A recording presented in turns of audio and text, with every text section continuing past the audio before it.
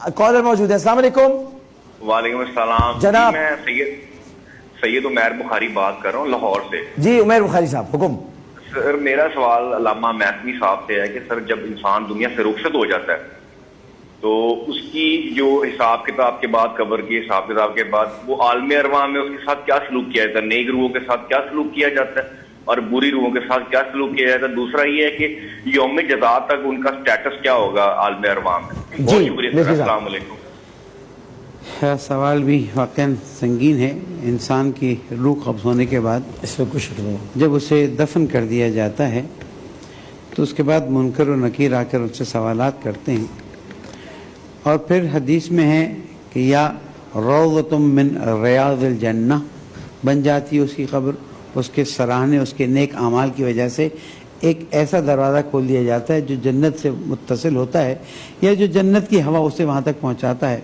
और अगर खुदा न खास्ता गुनाहगार दुनिया से गया है, ख़ताकार दुनिया से गया है, तो उसके पैर से जहन्नम का एक दरवाज़ा खोल दिया जाता है। 3 तरह की हालतें हो सकती हैं, या जन्नत की हवा उसे मिलती रहेगी, या नाउज़ुबिल्लाह अल्लाह न करे हमारा में से किसी का हाल हो के जहन्नम की गर्मी का एहसास वहाँ पहुँचता रहेगा। और तीसरे वो होंगे कि जो ना बहुत अच्छे अमल किए ना बहुत बुरे अमल किए हैं, अल्लाह ताला की रहमत की उम्मीद लगाए रखे हैं, उनके लिए सिर्फ नींद है। और क़यामत के दिन जब उठाया जाएगा तो इंसान यही कहेगा कि मुझे बहुत ही कम अरसे में बस अभी सोया, जो नेक इंसान था वो कहेगा अभी सुलाया गया था और अभी मैं जगा दिया गया हूँ। लेकिन जिन पर कब्र में वो सख्तियाँ गुजरी हैं तो वो कहेंगे कि पता नहीं कितने हज़ारों साल गुजर गए और हम कब्र में पड़े, अगरचे कि वो क़यामत से चंद घंटे पहले ही दफन किया गया। बिल्कुल।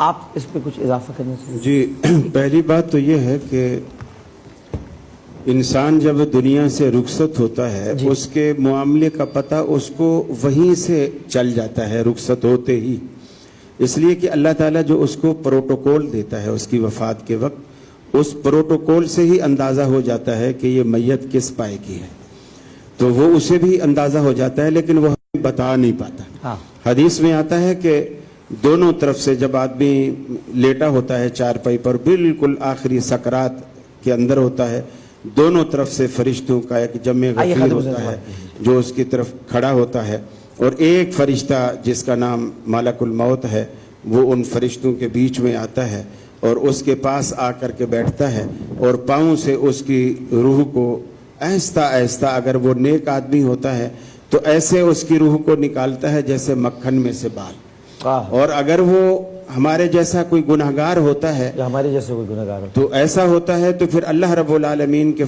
कुरान में इसका जिक्र आता है कि वो फरिश्ता उन्हें कहता है अखरजू अनफुसकुम, अपनी रूहें हमें निकाल के दो। जाहिर बात है वो निकाल के नहीं देते, तो उसकी रूहों को वो ऐसा ज़बरदस्ती खींचते हैं जिसकी दुनिया में हम यूँ मिसाल दे सकते हैं जैसे किसी कांटेदार झाड़ी के ऊपर आप कपड़ा डालें और फिर उसको आप तेज़ी से साथ खींचें तो उस कपड़े का क्या हशर होता है, इस तरह उसकी रूह को खींचा जाता है। और फिर जब कब्र के अंदर पहुंच जाता है तो वो मामला जैसे महतमी साहब ने बताया, उसके लिए वो कब्र दोज़ख का गड़ा भी साबित हो सकती है और जन्नत का बगीचा भी साबित हो सकती है।